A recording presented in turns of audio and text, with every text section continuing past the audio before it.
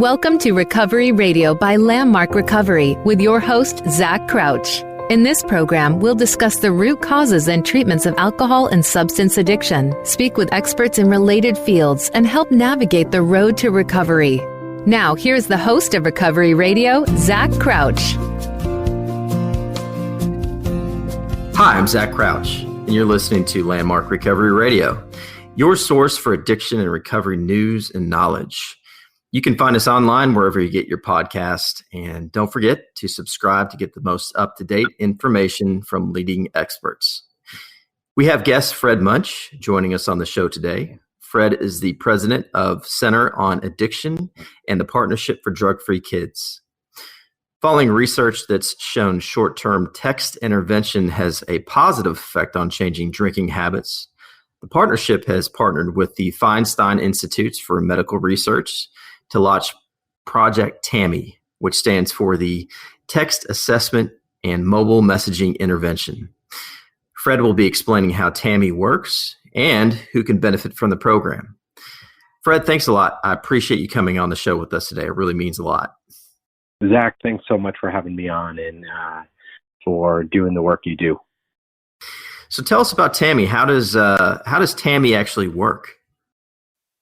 Sure. So TAMMI is a text messaging intervention for people who are interested in moderating their drinking. And there's a number of ways to sign up, but essentially anybody can text moderate to 55753, okay, and they can start the process. Because it's a study, we have to do consent, and there are some forms that people fill out before they get started. They do get reimbursed for that. And then they're randomized into one of three groups. And then based on the group they're in, they'll get different kinds of text messages. And so over the period of time, what we're looking at is whether text messages over time, which range from drink tracking, which has been shown to be very effective for people who want to moderate, to more intensive interventions and messaging, will change people's drinking. And our initial results, we did a short-term study of 3 months, and it was shown that all groups actually did quite well in reducing their drinking, in some ways similar to in-person therapy, not necessarily formal treatment, but in-person therapy. That's pretty impressive. So I'm curious to know, just in terms of your all study here with moderation, is abstinence also part of this as well? Is that something that you guys are tracking, and how does that play into your project? Yeah, it's a great question. So the reason we started with moderation was because of safety. And we know that based on the severity of alcohol or substance use problem, the more severe, the more likely you need more intervention, and particularly more in-person intervention. So our intervention is a very low lift, and it's not an intensive therapy. So we purposefully excluded individuals who may need more care. We were also worried about individuals with high problem drinking, so with greater severity, because this is a remote automated intervention. There's no in-person contact. The potential for withdrawal, for example, is significant, and we didn't want to encourage non-drinking when someone might go into withdrawal. So as part of our study, we're very intentional about making sure that those with more severe problems are referred out and are not put in the study. And if you're seeking abstinence, what we do is we provide other solutions, because there are other online solutions for people who are looking at abstinence, whether it's 12-step meetings online, which are exploding now because of COVID, or Smart Recovery. There's a lot of great self-help resources online. But what we do make sure of is, if someone's in the study and they're deemed safe to be in the study, that if they do want to try abstinence, that we're willing and able and will help them achieve that goal. Got it. So with this project, then it brings up a question for me then. Who is a good, or, who is the prime candidate for this particular project? Yeah, it's a great question. So it's people who are drinking, it's almost like a classic. So if we look at our initial study, it's probably the best way to frame it, is people who are drinking maybe a little less than a bottle of wine at dinner or a night, or 4 or 5 beers. What we're seeing is people, the average number of drinks per week was around 22. But we let people in who want to moderate their drinking, so they could be binge drinking one night a week. They're going out Friday night and they're drinking 12 drinks and they want to stop that. We let people in the study who are drinking 30 drinks a week but are not at risk for alcohol withdrawal. And what we do is we exclude those who have more severe problems. Okay. And the best candidates for moderation are individuals who fall in that middle range, who don't want abstinence. And that's an important point. Sure it is. There's research to show that forcing abstinence or an abstinence goal on someone who's not ready for it will backfire. But if you work with someone who wants to moderate and you work with them where they are, that if they're not able to do it, that's a great indicator that moderation's probably not a good fit for them. Absolutely. They should try abstinence. Got it. Wow. So these folks that how many people have come through this particular study so far? So right now we're in the initial phases. About 70 people are in the study. So we're excited. We're going to try to get as many people as we can. Awesome. And tell us, I mentioned during the intro at least, the Feinstein Institute for Medical Research. What do they do? So the Feinstein Institute is a great research institution, and they'll do everything from behavioral interventions like the study we are conducting with addiction, with mental health issues, anything on psychotherapy, remote-based digital interventions, to basic science research and understanding inflammatory responses in humans and ensuring to increase immune function. So it's a state-of-the-art research institution with capabilities from psychotherapy to basic biology. Got it. I'm curious too, just within your study here, the Project TAMMI study, is there a particular age group that you're focusing on, or is this just all over the board? It's all over the board, and what we found is, sometimes depending on the recruitment source, but overall, we're finding that more women are engaging in this type of remote-based intervention than men. Interesting. And the age varies from 24 to 40, but everyone, we have about 25% of our sample were over 50, for example. And we're seeing a large increase in the number of people who want to moderate their drinking after they retire, for example, which is a big problem because people have all this free time and no responsibility. Yeah. So they start drinking heavily. They don't necessarily have a genetic predisposition, but they want to figure out a way to moderate. So we're really targeting that more than social drinker, that person who you're not too worried about, but you're like, they could be on the edge. Yeah, for sure. Well, that's interesting that you bring up there's more women engaged in the study. I find that interesting because typically, certainly within our facility here in Louisville, Kentucky at Landmark Recovery, there is anywhere from I'd say 60 to 70%, probably 60% are men in the facility at any given time. Do you have any thoughts on that? Why if more women are engaged in this study? So a few thoughts, and it is a juxtaposition to the traditional treatment centers. One reason is because of childcare, fewer women enter treatment. Well, let's start with that fewer women have significantly more severe problems. Men typically have more severe substance use problems in terms of severity. Also, that we've seen a significant rise in alcohol use amongst women in the past 15 years. So there are more women who are struggling with alcohol use. Women are typically the ones who are caring for the family. And there's a lot of shame and stigma, particularly with women, around substance misuse. And so confidential care where they can go on with their lives and focus on this and get support remotely is attractive. It's a huge thing. It's a huge thing. And, with that is understanding that, sometimes people need more. And that's one of the things about our intervention with, as we target, for example, we're not asking people to go into treatment. In fact, in the study, if you're going into treatment, we don't think you should be in the study because you want to focus on your treatment.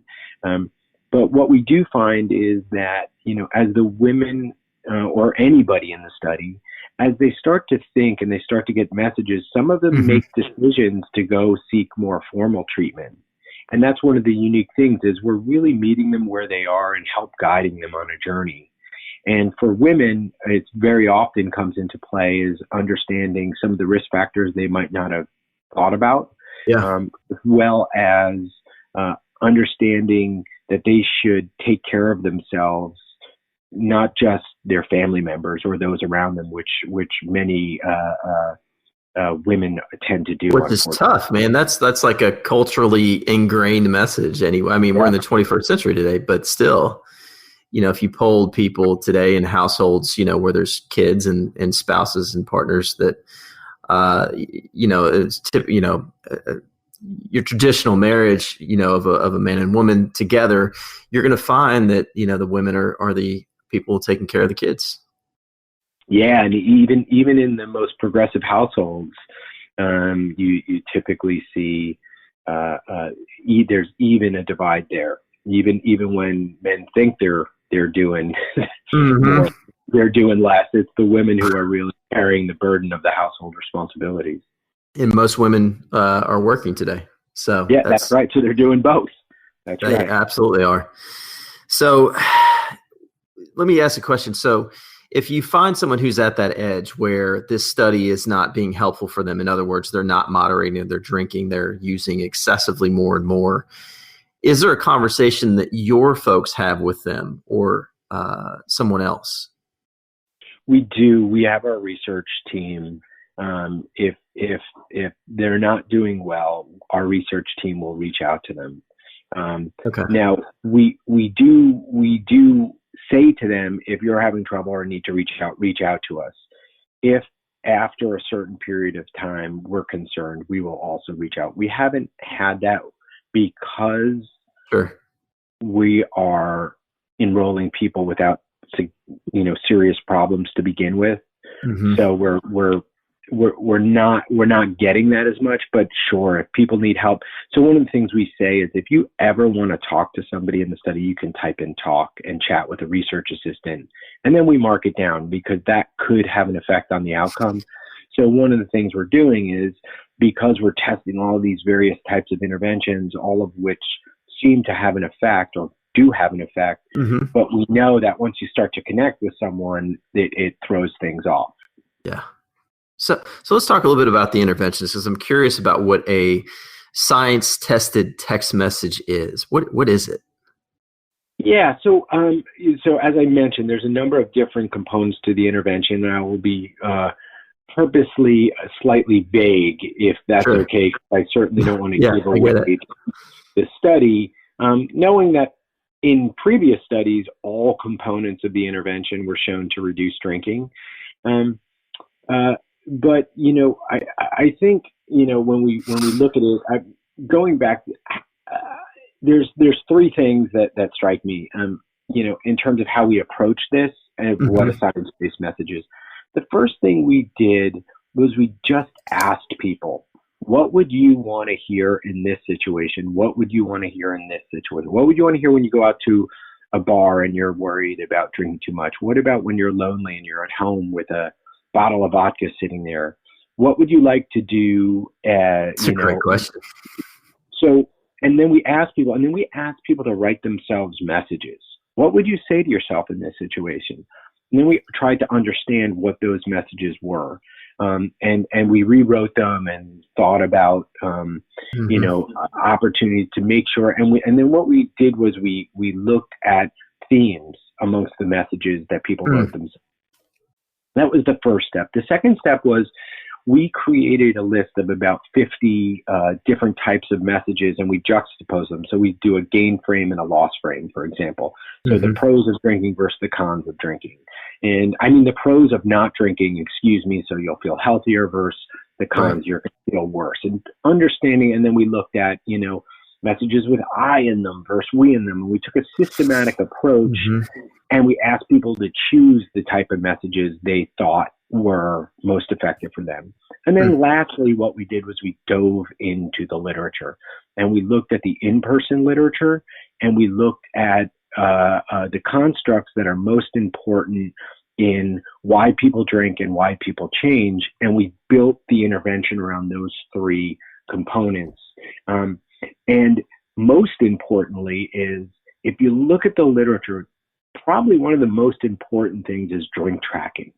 And there are studies that show, and a study we even did, that drink tracking alone, just tracking your drinks weekly, that reminder can make a huge difference in reducing your drinking. Well, it's like tracking your weight or tracking tracking a fitness schedule of some kind. If you start seeing you're doing it right, absolutely. Exactly. So we looked at these different components, just really trying to understand. So the interventions in the study will really range, and we focused on all types of messaging that would have an effect.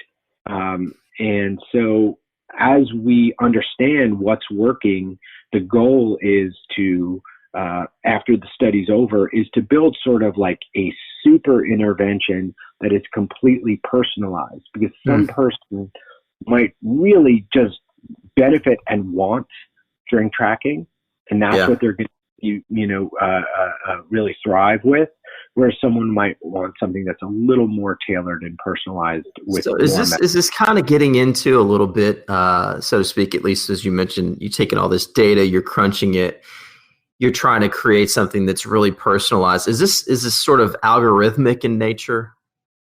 Well, right now it's not too much, but it will be. And that's the goal. That's the goal, is to really give people an intervention over time that will meet their individual needs and goals. And one of the things we've learned is that, just on that topic real quick, Fred, just how many people do you guys want to have come through this? We'd love to have, up to 1,000. Okay. We're trying to get as many people as we can in this intervention. We really want to optimize remote-based care, because the beautiful thing about this is we can make it free, and we don't want to compete with treatment. We in fact recommend to people, if they're not doing well, to go to treatment. We want to provide a guide for people, and we're keeping track of everything people do outside the intervention as well. But we'd like to get as many people. And we think the opportunity for this, particularly if we have a combined moderation program and an abstinence program for people who are currently getting care and under supervision, is the way to go to be a self-guided program that's personalized to an individual goal. And that's ultimately where we want to go.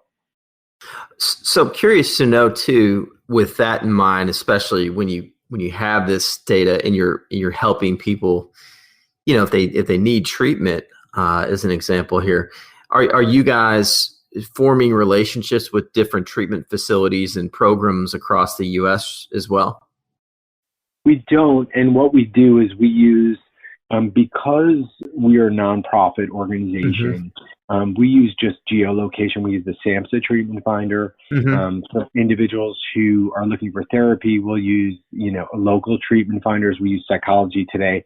And then what we do is we provide geolocated state data. So we're in New York State, and this is just an example. We would be working with the New York State Office of Substance Services. So, and find them care in their area. I see. Okay. So just, as we were as we were mentioning earlier, just about this idea of themes that you're looking at among those top three. Are you able to talk about any of those themes that you've come across, or is that something that will be discussed further on? Yeah, I was saying, Zach, that I'm worried I'm going to give away too much of the secret sauce of it. Sure. Yeah, so sure. I think ultimately, the main thing to know is that different people respond to different interventions. And what we're really trying to understand is who responds to what and how we can optimize care. And, just like in the in-person literature with, people who want to moderate their drinking, what you see is a 4-session intervention is very often just as good as a 20-session intervention. Right. Now, again, it's very different for abstinence, where you do see like a dose response, that more treatment is good, whether that treatment is outpatient, inpatient, whether that's mutual support, like 12-step groups. The more people are engaged in the change process, the better. With moderated drinking, it's a little different because it's not an all or nothing, but it's a sort of a shift in mindset, and there's certain things that people do. So when people start tracking their drinking, for example, and look at their drinks, they start to engage in all of these different behaviors. So when they go out at night, they're like, you know what? I'm already at 8 drinks this week. I want to stay under 14 drinks. I'm only going to have 2 drinks. Yeah. So they're starting to go into this narrative in their head, right, just based on that number, which is good because it's making their thought process more conscious at that point. Exactly. That's great, man. Very, very cool. Well, does this cost anything to the person that's participating in it? No, it's entirely free, and in fact, we pay people because it is a study. So the first assessment in terms of how it's set up is that you sign up. The sign up takes, including what we call our baseline interview, that intake interview. All of that takes about an hour. We give you $20, but then you're just getting text messages and then filling out questionnaires every few months, and you get $20 for about a half an hour. So we appreciate the data. We want people to take the time to fill out the surveys because it means so much about what we're going to be able to do with that data and how we're going to be able to help people. And then eventually, the goal is to make this free. We know we manage alcohol site called alcoholscreening.org that gives people feedback on their drinking. So if you're drinking X number of drinks, you get feedback on whether you're at risk and what you can do. And we're going to make that available on the site at some point once the study's over, and we're able to offer it free to everyone in the United States. It's fantastic, man. So if you have 70 people have already gone through your project here, how long are they participating for? Are these people still participating? How long would they participate for? Most people are still participating. So they're going to get messages. People get messages for 6 months. Okay. So it's a long-term study. This would be the longest term text messaging study ever done with this group. Yeah.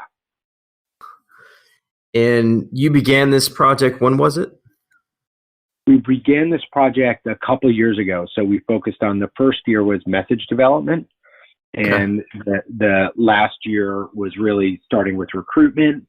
And what's fascinating about this is, whereas it was a lot easier to recruit before, we are looking at different strategies and ways to engage people in the study because demographic shifts change, as I mentioned. Like we're realizing we need to target older adults more because there's a huge need there, and that's rapidly changing demographics. Yeah.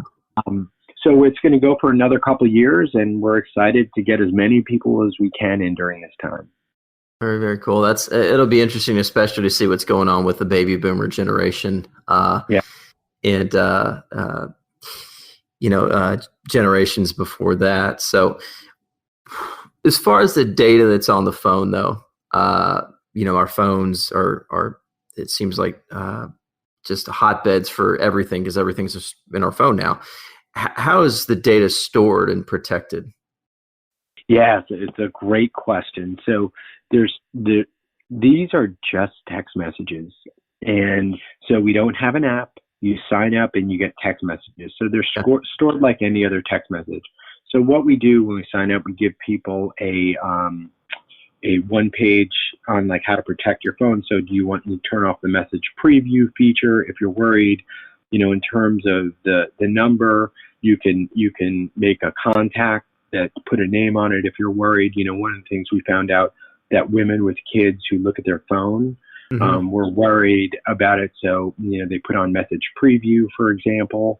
So making sure that you're taking precautions to protect the messages if you're worried about it. Most people weren't, but some people are. And the other is, unlike Facebook, for example, the data on your phone is AT&T, for example, even though a text message goes through AT&T, for example, or they're not allowed to look at that individual data and then sell that data. Okay. So although it's not secure and we let people know it goes through their phone company server and all of that, there's strict privacy rules from those companies to look at content. Got it. That's reassuring to know that. Yeah. And talk to me a little bit more about, your hopes for this project there, now and in the future. You touched on some of it. Yeah, I mean, I think I have a few hopes. One is that we can make this available nationwide, that we can meet people where they are, and particularly in the person that is just starting to struggle a little bit, and they're seeing they're having a problem, but they're saying to themselves, "Oh, I don't need much. I'm good. I'll be good. Right. But to stop that process at that time, to say, here's something that is effortless. You really don't have to do very much. You just have to sign up, and then you get messages. Yeah. And that was one of the things that was most surprising to us in our previous study, which is we asked everybody after the study, we said, you can continue to get messages for another 3 months. Yeah. And usually in these trials, you always offer people the ability to continue. And very few people continue after they get the study intervention, for example. 80% of people opted in to continue getting messages. And we're like, you sort of already got most of these messages. They're going to repeat. And the response was, it's a reminder of who I want to be. Yeah. It's a reminder, and depending on, certain things of when you get the messages or whatever it might be, it's a reminder of who I want to be at the moment. Or it's a reminder of who I want to be when I'm rethinking about my day and I start to track my drinking. Sure. And that is something that is so powerful about simple text messages, is that it's effortless, it's salient, so it's right on your phone. You don't have to do anything. You don't have to open an app. You don't have to do anything else. It reminds you of a goal you have. Sometimes like a personal trainer or something, right? Like a personal trainer. And I don't want to, pretend that this is a panacea, because I know it's not. Sure. We think of this as sort of like a mild motivational nudge. And we're hoping, when we look at the data of text messages, is that it is an ongoing salient reminder that allows, rather than sort of in a big dose of like I'll compare it to inpatient treatment, right? That has its effects. It's so intense. It's an emotional experience. You're all in. You're learning. And then you need to carry that out into the community. And then you need to follow up and do aftercare or recovery. This is a little bit like almost the exact opposite of a little bit every day, but it never ends. You're getting it every day, or once a week, or twice a week, or whatever that might be. Is And what effect does that have on someone, particularly someone who might not need that intense emotional experience and transformational experience of an inpatient or intensive outpatient program? Would you say, Fred, that most of your folks who go through this are going to talk to someone from the TAMMI project at some point? Oh, everyone throughout their time, like, I guess, getting these text messages, or is it, once you're sort of set, you get your text messages, and at that point, if you need help, then great. But for the most part, it's just, or how's it? Yeah. Yeah. Very few people actually reached out to us in our last study. And even this time, people are, and part of that is the expectation we set up, which is this is an automated messaging program. It doesn't include talking counseling to right. a counselor. Yeah. Yeah. But there is research to show that, text message reminders with counseling also help. So that's the wonderful thing, is that you can completely adapt it. So, for example, at the partnership, we have programs for family members who have loved ones struggling with addiction problems. So our primary focus is only on the family member, usually a parent or caregiver, could be others, but a parent or caregiver. And what we do is we have a range of programs where we're providing people with the opportunity to get these automated messages based on, that their child is struggling with heroin, they're using IV, and they're at risk for overdose, for example. They'll get specific messages. In that program, at any time, because it's not a study, we allow them to type in chat and to chat with a specialist. Only about 14% of people do it. I'm saying about 14% of people seem to do that. So there's a subgroup of people who just want these automated reminders. And then, maybe they'll reach out to a friend, or maybe they'll get therapy elsewhere. Right. And that's okay. Yeah. Got it. Gosh, man, there's so many questions I want to ask you right now, but I can't. just in terms of, like we talked about, like with the themes piece, and I'm sure that those are things that will, certainly come out in your research that you're doing. Especially around the construct of why people change. I'd be curious to know, more about that as the data kind of comes in. Because there's in our treatment center, at least, we hear a lot from females that kind of nailed on it at the beginning. Large piece of why they change is for their children, and for men, a lot of the times it's their family and especially their job. Get a lot of guys coming into treatment who are on the verge of getting fired or whatever it is. So. And in general, I don't think it's giving away any of the intervention. Talk about some of the, moderators of why people change. We see the same thing. There's a combination of factors. Usually it's some discrepancy between the consequences of use and some goal or desire they have. And that can be a job, that's family, that's repeated consequences. In many ways, with moderation, usually people have not had the same consequences as someone who should be abstaining, but that's not always true, particularly with binge drinkers. For example, many women struggle because they'll drink and they can be sexually assaulted, or they'll wake up and not remember what happened. Right. So there's a lot of issues that go into this. Older individuals are experiencing health problems. There's interactions with medicines.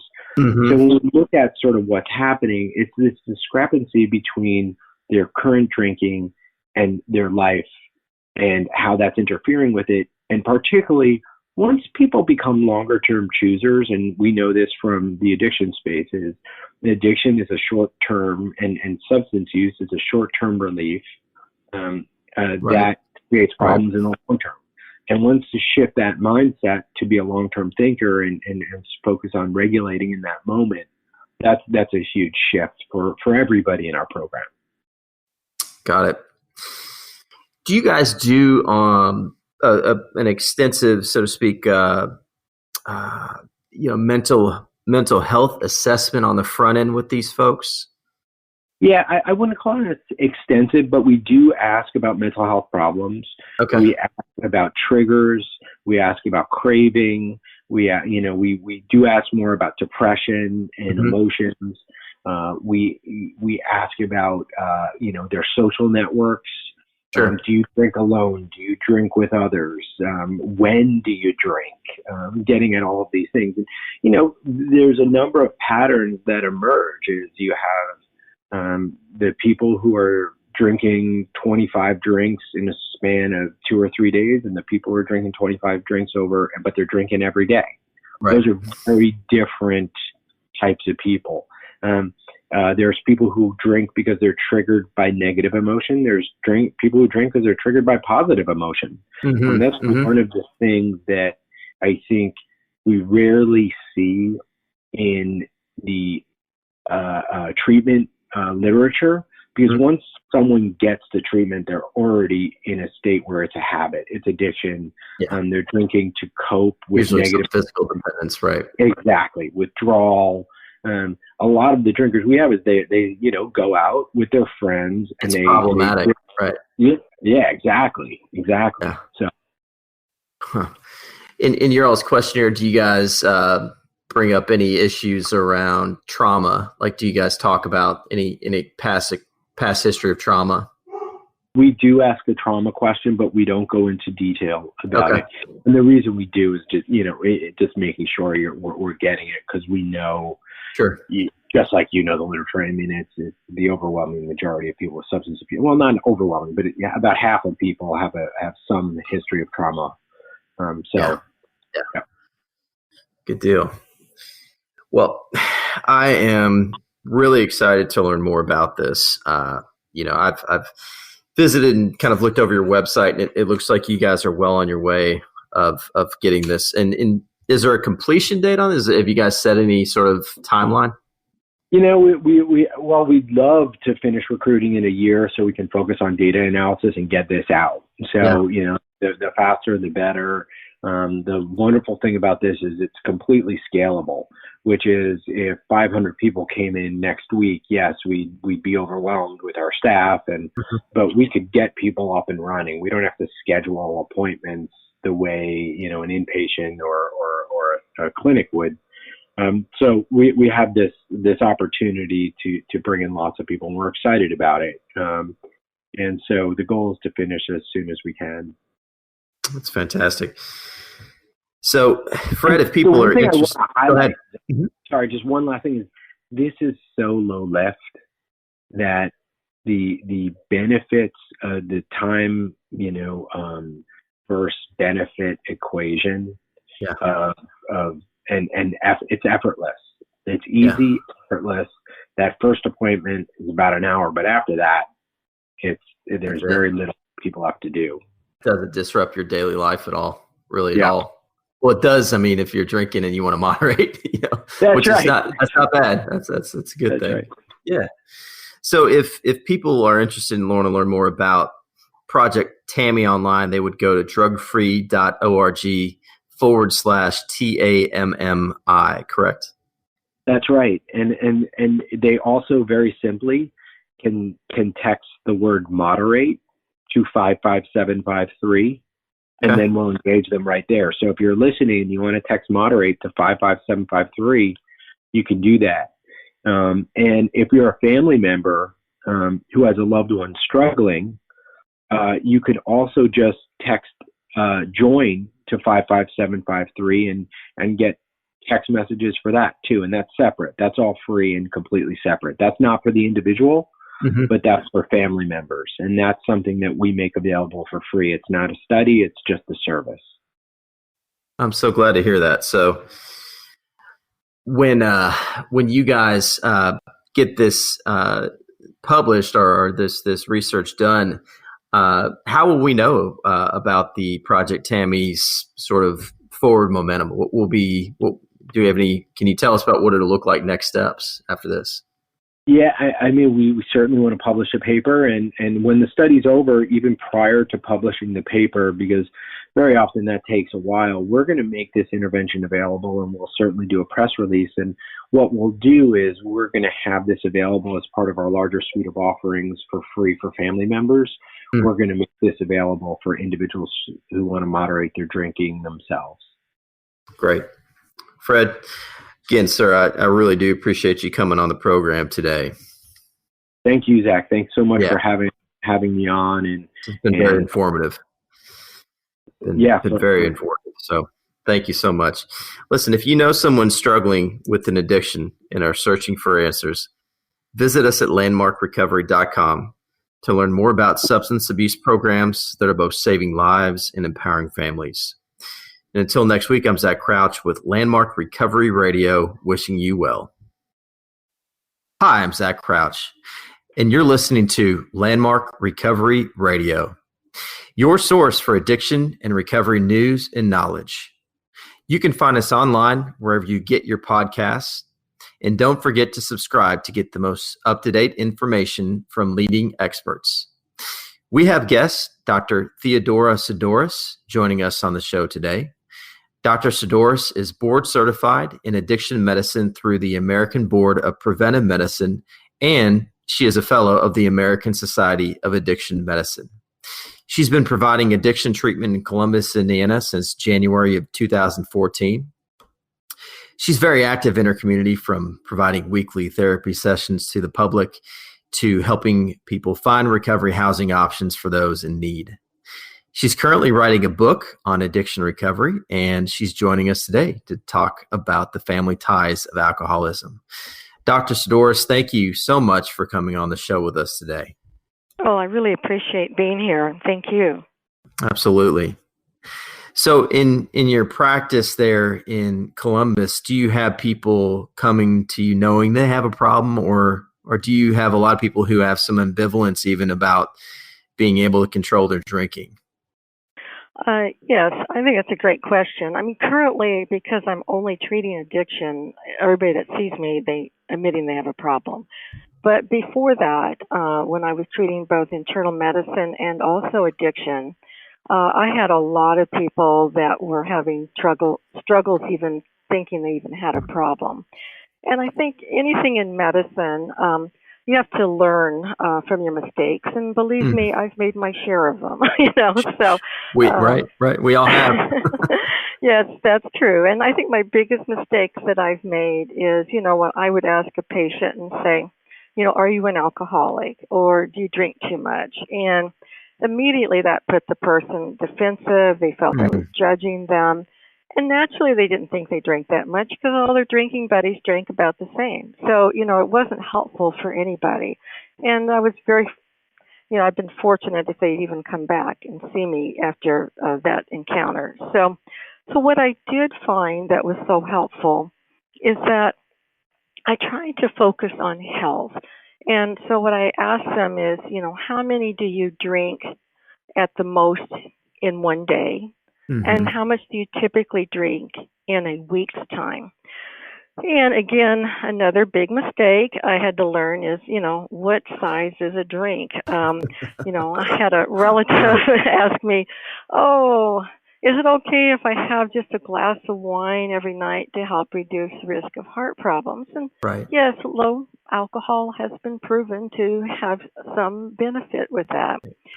So I said, sure. And when I went to visit him, I saw that he got one of those bottles of wine and poured it into one of those 64-ounce big gulp styrofoam cups. And that was his. You said glass. A drink, right? Yeah, it was his drink, right? And so I think that so we have to standardize what is a drink, so we're all on the same boat, on that. So That's funny. So a standard drink is considered 14 grams of alcohol, which is equal to 12 ounces of regular beer. If it's fortified, that's about 1.5 drinks. And it's like 5 ounces of wine. But if it's fortified, it's again about 1.5 drinks. And then 1.5 ounces of brandy or 80 proof alcohol. So once I clarify what that drink is, then I ask them, how much are you drinking? And that helps so much because then I can explain to them the amount of their drinking, how it's affecting their body. Yeah. So I usually tell them if you're drinking about 60 grams a day, which is a little bit, about 4 drinks a day, that in 10 years' time in men and about 8 years' time in women, that they have an increased risk of liver cirrhosis and 5 times increased risk of liver cancer. And then for those who drink about 2 drinks a day, they have an increased risk of cancer of the esophagus. And this is something that's just recently been found out, is that women who drink 1 drink a day, they have an increased risk of breast cancer. And so the current recommendations that they want to keep people at is to help them to reduce the potential risk. So for like women and for men that are over 65, they should never drink more than 3 drinks in one day and no more than 7 in a week. And then for men, they shouldn't drink more than 4 in one day and no more than 14 in a week. And so when we focus on that, reduces defensiveness, we're working on trying to improve health. But I always state to them if they're having struggles of reducing their intake, and I said this is a common problem because your brain is used to a certain amount and it can make it difficult to reduce, that we have medications to help you with that.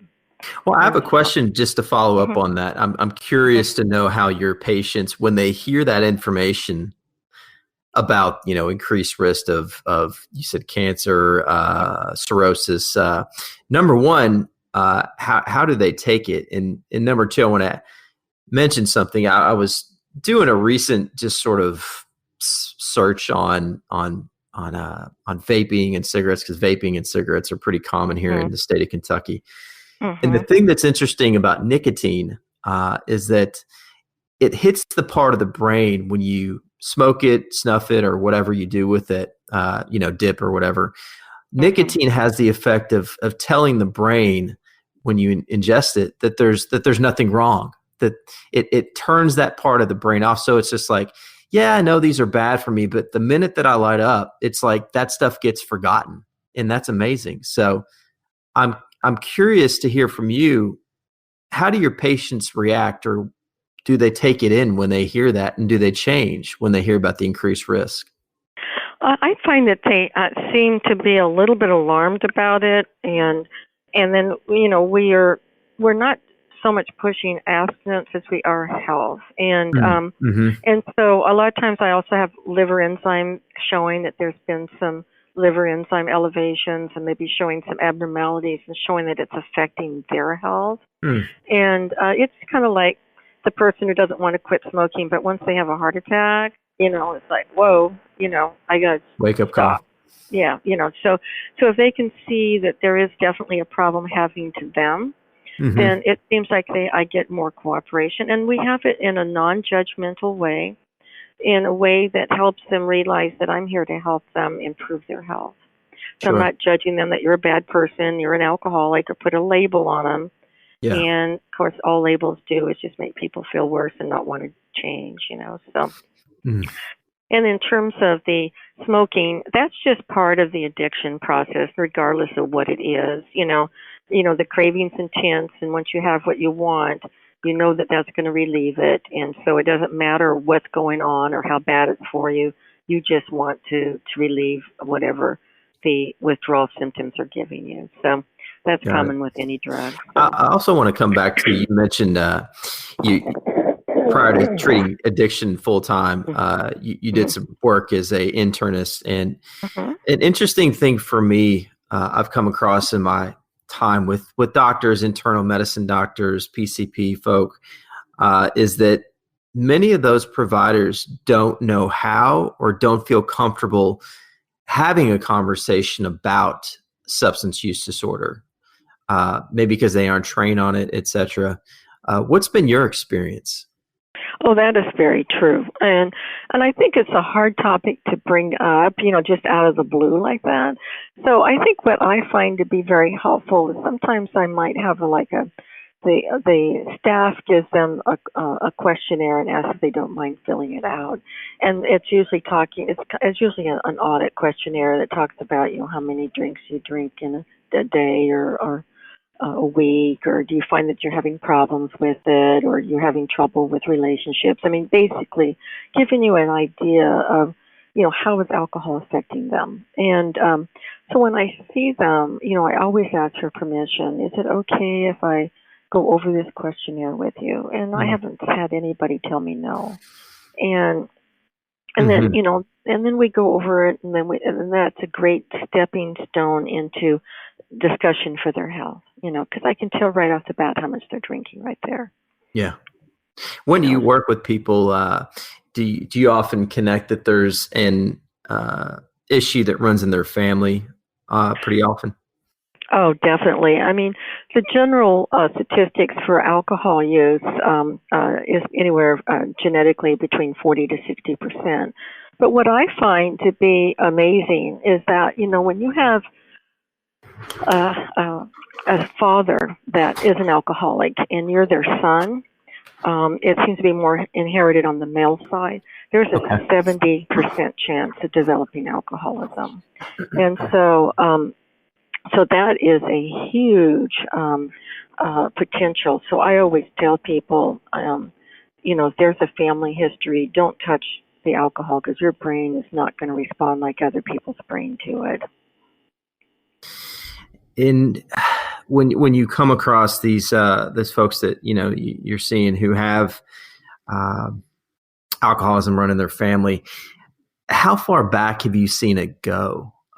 Is this one generation, two, or yeah? Multiple. I've seen uncles and I've seen grandfathers and great grandfathers. Yes, sure. It can go far. Brothers, cousins. Yeah, it can be in multiple people.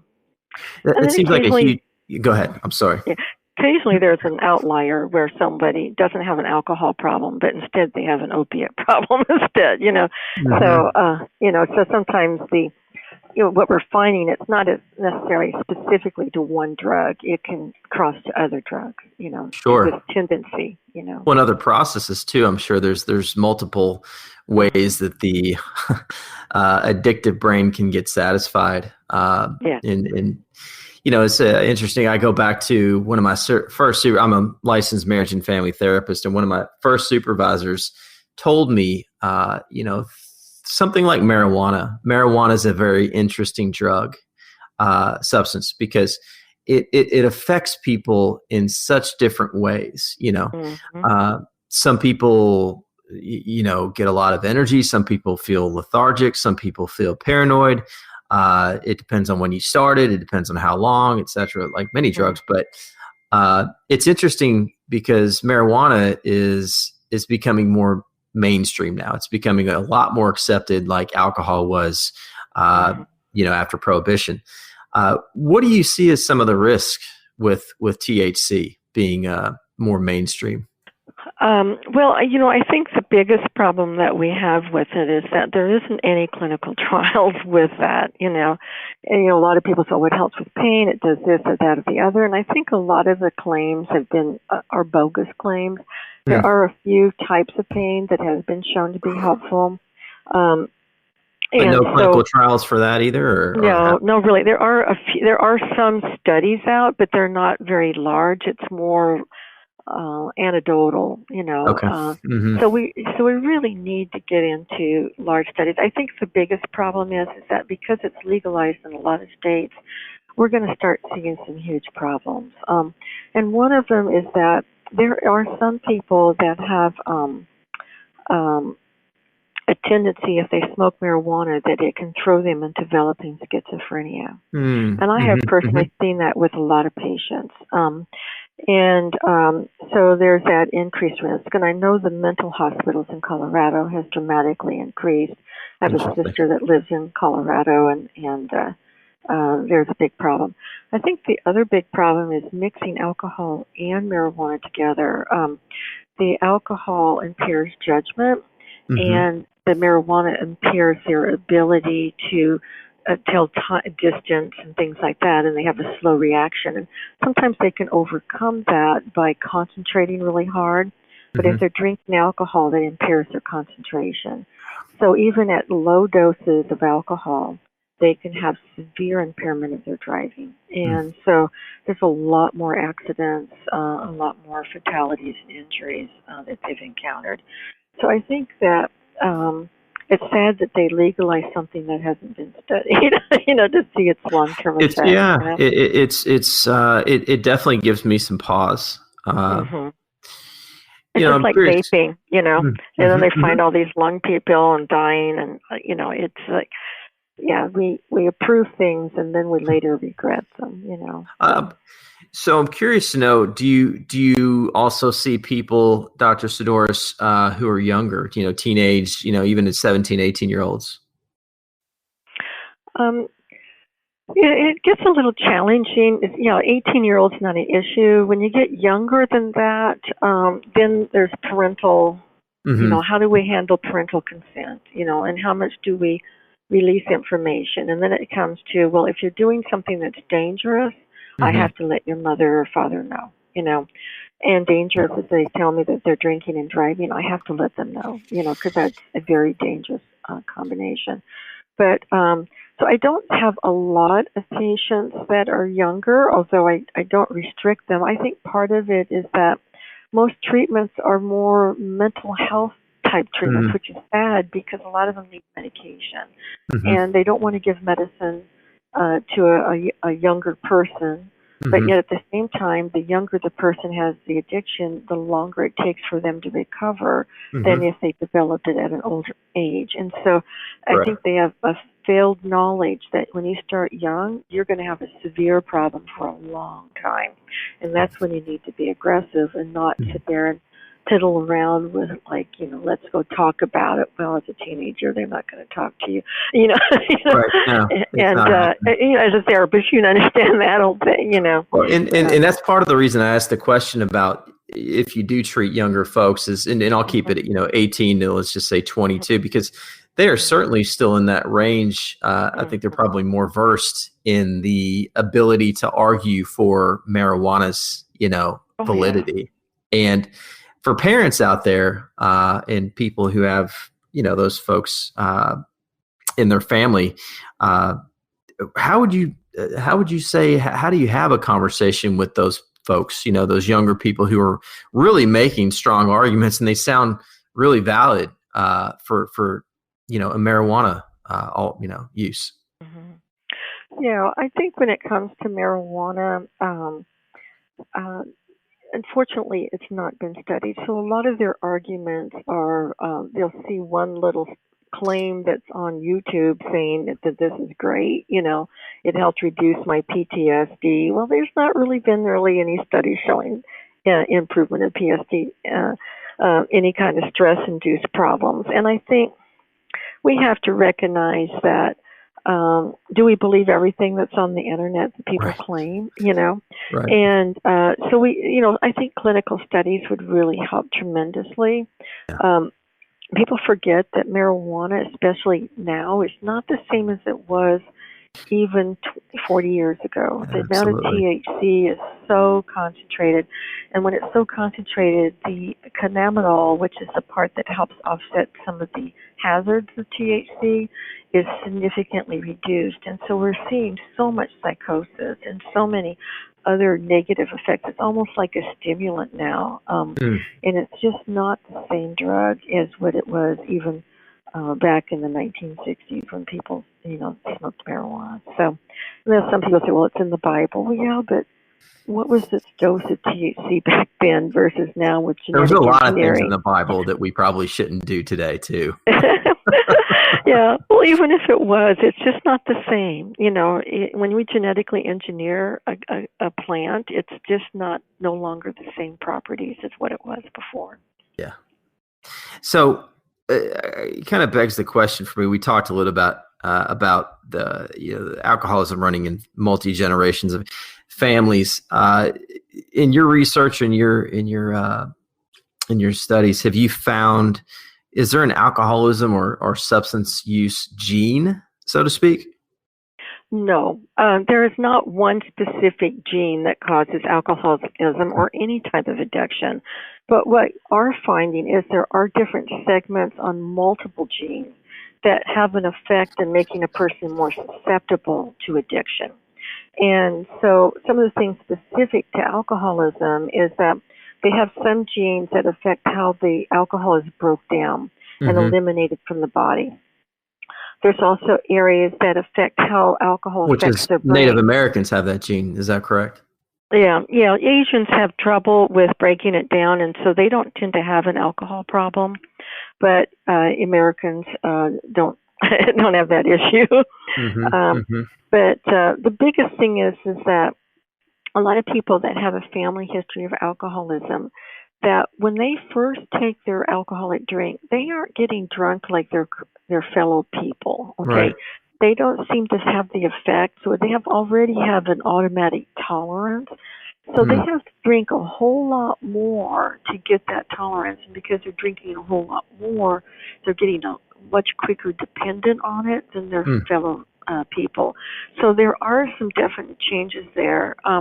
There's also some genes that affect stress reduction. We call that the GABA receptors because they're the ones that help relax you. And I find that there's changes in that, like people that have a family history of alcoholism, like the women, they seem to, when they take a benzo like a Xanax or an Ativan or a Klonopin, instead of relaxing them, it actually gives them increased energy. So they have kind of a reverse effect. And it makes them more susceptible to addiction to benzos. Right. And then the most recent one that I find to be rather exciting is the serotonin receptor changes. Serotonin is causes something that's called impulsivity, which means a person is always, doing things and not thinking of the consequences. And I kind of liken it to a person driving 100 miles an hour and they have no brakes. Right. They're always taking risk. They're always getting into trouble. And so they have found that blocking that serotonin receptor that has significantly improved reduction of alcohol use in those who have that genetic tendency.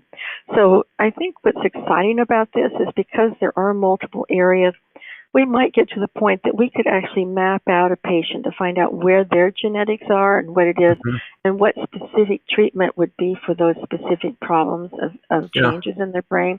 I think that is going to be coming in the future, and I think that sounds to be an exciting new form of treatment that can be very effective for those who have those issues. Sort of genome-based treatment? Yes, genome-based treatment, exactly right. And I'm curious to know as well from you if in your experience and study of the genetic piece, if you've seen, can you explain a little bit about the epigenetics factors and how those, I was thinking about trauma and how that can also catapult someone into it. I think a lot of people have struggled with epigenetics. I think even as a physician who was studying epigenetics was like, wow, this doesn't make sense. Because epigenetics is that the genes or sequence is the same. So nothing has changed on that. But what we fail to realize is the body has built-in ways to have us adapt to our environment. And they do that by adding certain proteins to the gene sequences. So it hasn't changed its sequence, but it changes the way it twists or configures itself. So when it twists, it can have certain areas of the gene transcribe certain proteins or prevent certain proteins from being produced.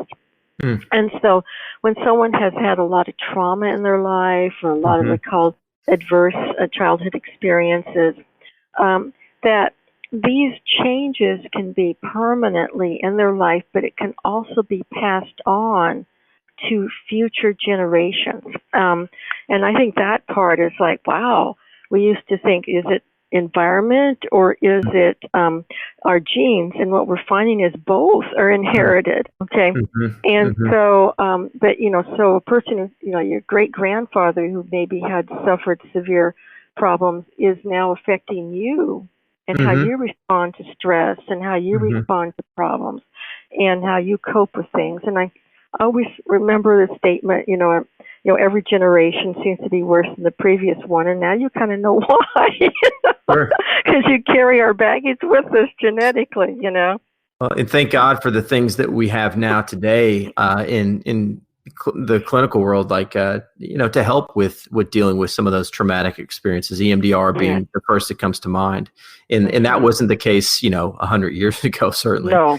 How do we handle those changes and find better coping mechanisms, and that takes time and practice and a skilled therapist who understands how to do those. Mm. So in your practice, what would you say the two types of alcohol use disorders you see are in patients, and how does treatment differ between the two of them? Yeah, definitely. I mean, I think that when we treat alcoholism, getting through the acute withdrawal part, I don't really stress because there's so many protocols out. But the big thing is how do we stay off of alcohol? And I think assessing how does the alcohol use patterns helps me determine potential treatments. So they have type 1, which is type 1 or class A, and that typically is a later onset of starting alcohol and later problems. Usually after age 25, they start drinking more heavily, and around their 30s or 40, they really start having some issues, relationship problems, work-related problems. And it's a more slow progression. They don't tend to be novelty seeking, and they have less fighting. And so we find that in women and then also in older men seem to respond to what we call SSRIs, which is selective serotonin reuptake inhibitors, such as Paxil, Zoloft, Prozac, Celexa. Those class of medications seem to be very helpful in a fair number of people, suggesting maybe there's a component of depression that might be contributing to some of that. And then the type 2 is the one that is inherited. They start at a very young age with very heavy drinking. A lot of times they're also taking other multiple drugs with it. They are really impulsive, risk-taking. They always want to seek something to do something new and exciting. There might be a lot of violence involved.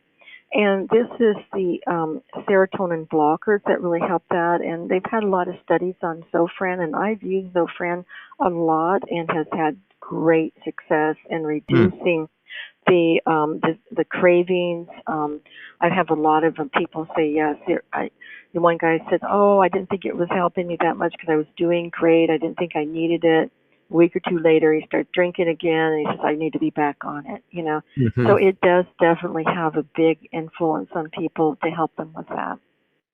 But I think most importantly is that, we also need to assess what other treatments that we need to help them reduce their cravings. And the FDA has 3 approved treatments out.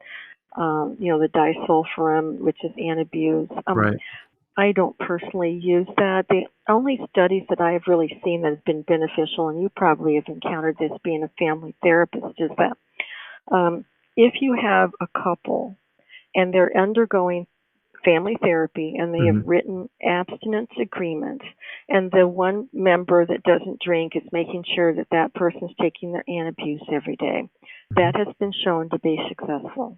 But just writing them a prescription for antabuse, most likely they don't take it, or if they do take it, they get severely ill from it and they don't want to take it again, right? Well, it kind of, to your point, it comes back to this idea of addiction being a family disease, where the people who maybe weren't drinking are also, I'm going to use maybe some, controversial vernacular here, but they've been infected by the disease, so to speak, right? They've been around the person who's been using for weeks, months, years at this point, and their way of dealing with the dysfunction has been dysfunctional. So they have to now learn a different way of living, which tips and off balances the entire dynamic of the family. So readjusting, recalibrating that dynamic does take time, and it takes work. So to your point, it's not just the addict or alcoholic, the substance user who's in recovery. Oh, definitely. And I think the family a lot of times struggles because they say it's their problem and they don't realize how they're contributing to that problem. And Absolutely. they have to relearn how to communicate with each other in an effective way without the Hmm. judgment and all the other Hmm. things. And so, yes, I think family therapy in that setting is very helpful. But otherwise, I don't find the anti-abuse has been helpful. The Camprosate, it's Camprol, is also an FDA-approved drug, and that has been shown in European studies to help reduce the recurrence of increases abstinence. They have not seen that to be so in the United States study. They did a huge study, and it didn't really show it to be any more benefit than 12 steps or something like Hmm. that. Um, I think part of it is you got to take it 3 times a day. And to be honest with you, anytime Wow. you have someone take something more than once a day, it's really a struggle, for Sure people to be is. consistent. And then, of course, naltrexone, which has been proven to be Hmm. superior to all the treatments. They did a big study called the Combined Study, and I love that name because it means that they truly did combine all kinds of modalities. They Mm. combine, a lot of motivational enhancement therapy. They combine cognitive behavior therapy, which is kind of associating how your thoughts affect your emotions and how those things can affect your behaviors. Hmm. Um, they've also done a lot of assessments with that, and also in combination with the um, antabuse, the camprosate, and naltrexone in different combinations. And what they found is naltrexone alone, with medical management, just seeing the doctor, seeing how you're doing, Right. showing an interest, has been superior to any of the other combinations. And the camprosate was found to be no different than going to 12 steps. Um, so, um, so I think that the biggest problem with naltrexone, though, is that if a person is taking opioids, that is an opioid blocker, Hmm. and so you're going to throw them into severe withdrawal. So you can't use it in that population. If they But can't get past the withdrawal part, the 10 days or so that they need to be opiate free, right? well, sometimes they need a lot longer than that, Yeah. depending Especially on if the they're on opioids methadone. that they're taking, right? Yeah. Yeah, maybe heroin, which is short acting, but Yeah. there's some long acting ones. They might be a lot longer, Yeah. and so that makes it a real struggle. Sure. But it does definitely reduce cravings and increase frequency and reduce heavy drinking days. But it kind of uncouples the pleasure that you get from Hmm. drinking from the Hmm. actual act, because I love it's a that word, learning. uncouples. That's a great Mhm, way to put it. Yeah. Yeah. yeah, it's a learned behavior in part, and so you're kind of unlearning that behavior on an unconscious level. And then I always like to address the protracted withdrawal syndrome. I think we get people off their alcohol. They're doing, relatively okay for, a couple months. They're still struggling a lot. They're having, restless sleep, likely to get in a couple hours of sleep. They're having severe nightmares because they're trying to catch up on the REM that they lost with the drinking. Hmm. They're very irritable. They're very anxious. They have a lot of mood swings. They can't stand being around themselves. Nobody can stand being around them either. Right. You know, and sometimes they get to the point they just can't stand it any longer and drink just so they can get some sleep. And so for those people that are having that protracted withdrawal, because the sleep disturbance can last a year, and that's a long time to go with not sleeping, right? God. And but they found gabapentin has been very beneficial in significantly reducing that. And I've had a lot of people that have done phenomenally well by giving them gabapentin. Usually you need at least 300 milligrams 3 times a day, or 400 milligrams 3 times a day, trying to get them a high enough dose. A lot of people give them way too low of a dose. It doesn't really help them at that level. Got it. And so that helps. And then there's all these atypicals that are not FDA approved, but it's been beneficial. A lot of certain anticonvulsants. But the biggest one we mentioned was that Zofran, that blocker, and the antidepressants. And Mm-hmm. I do want to talk about one treatment that I have found to be very helpful, and it's called the Sure. Sinclair method. This is where we have people that they want to reduce their alcohol intake, and they maybe like to get more control over their alcohol intake, but they don't really want to go through the withdrawal.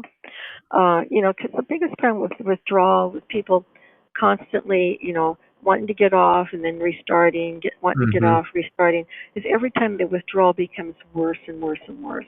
Right. And it can get to the point where they can start having seizures and what we call DTs, and they can actually 10% die from it. So, and I think a good 80% of alcoholics that are in this category, I really don't want to stop, but I would like to have less intake for health. And so, Right.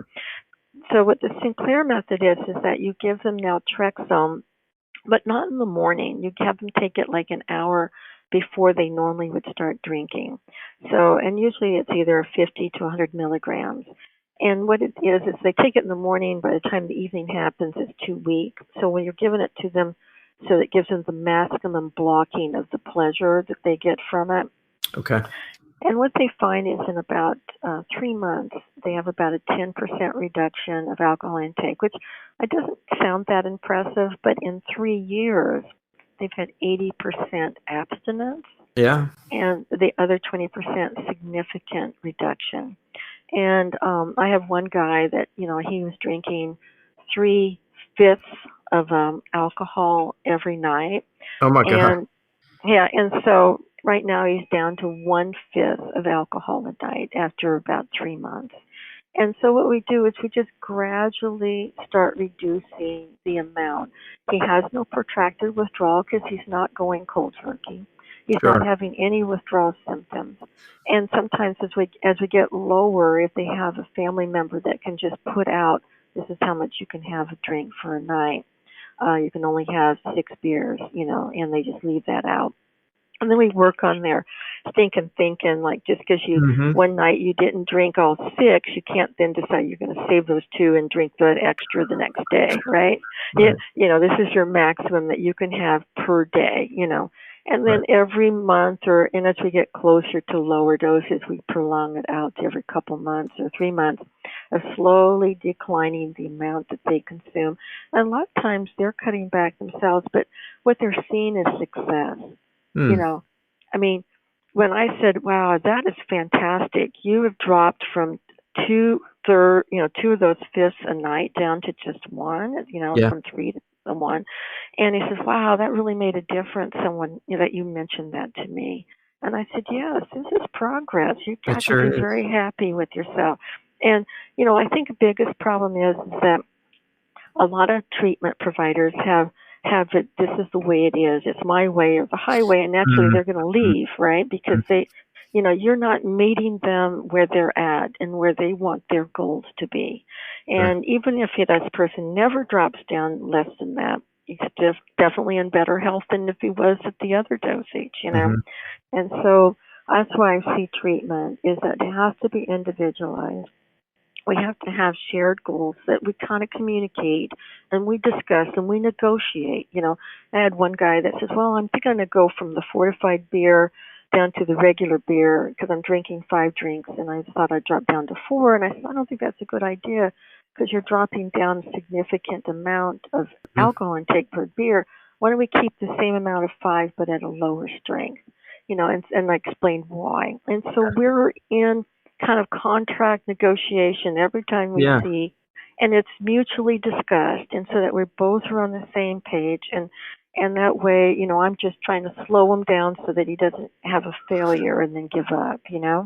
And it sounds like the patient's more bought in, I think, to the process. They are bought into the treatment because they are actively engaging what I think I can do. And if they say, Doc, I don't think I'm ready to cut back, I said, that's perfectly okay. Let's go ahead and see you back in another month and see how things are going, Are there instances where you think that method wouldn't be effective, like certain substances or rates of use, things like that, anything like that? Well, I don't recommend that for somebody who's already successful with abstinence, okay? I wouldn't say, well, you can go back and drink and we'll go do this. No, that's never good, okay? No. If you're doing fine with what you are and where you're at, do that. But for somebody who just doesn't want to really stop or have had such failures that they're so discouraged, this is a way of getting them to try, but we try it in a gradual way. Mm-hmm.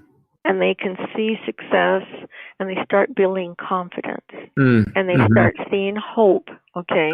Because hope is so critical in recovery. Yeah. And that's what I always try to instill in people, hope. We can do this. We can adjust it. It's no big deal. If it's going slower than you think, we'll eventually get there. It doesn't matter if it takes us a year or 5 years, we're going to be there, okay? And so, we just slow little steps, build up to big steps, so. Absolutely.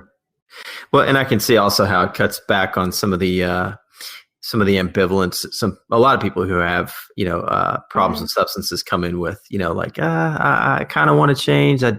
I should, maybe I can, maybe I can't. And that's interesting. I'll have to take a further look at that, Dr. Saddoris. So that's great. Yeah. The Sinclair method, yeah. I mean, for a lot of people that are abstinents, this is the only way to treat alcoholism. They hate that. But, they're missing 80% of people, Right. So our goal is, we take people where they're at and we just try to improve them, for health, to make them so that their health-wise is doing better and their life is better and they have less struggles in the relationships. Well, I can't thank you enough for coming on the show with us today. I really do appreciate this. Oh, well, it was such a pleasure. And if you ever need me again, I'll be more than happy to go on other topics. Like I said, I treat all kinds of addictions. Absolutely. Thank you.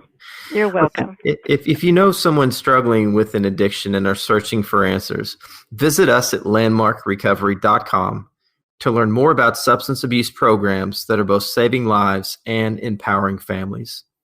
And until next week, I'm Zach Crouch with Landmark Recovery Radio.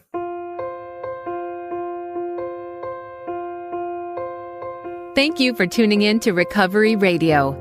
New content for this program is available every Tuesday at 12 noon Eastern Time and 9 a.m. Pacific Time, with all episodes available on demand on the Voice America Health and Wellness channel and through our content partners, iTunes, Stitcher, TuneIn, and Google Play podcasts. Please remember to subscribe, rate, and review so we can continue to create quality content to help save 1 million lives in the next 100 years. You don't need to struggle through addiction alone. Live the life you dreamed on the road to recovery.